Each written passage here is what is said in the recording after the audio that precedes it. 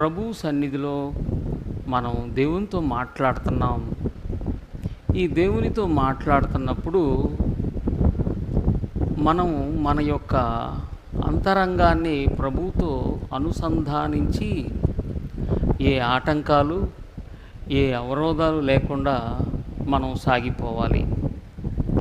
అలాంటప్పుడు ఈ యొక్క ప్రార్థనకి ఆటంకాలుగా ఉన్నటువంటి వాటిలో మొదటిది ఏకాగ్రత.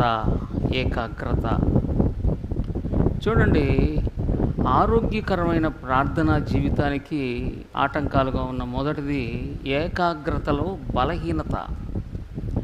మనం చేసే ప్రార్థనలో ఏకాగ్రత లోపించినట్లయితే మన యొక్క సంభాషణ, దేవునితో మనం సంభాషించే సంభాషణ బలహీనమైపోతుంది.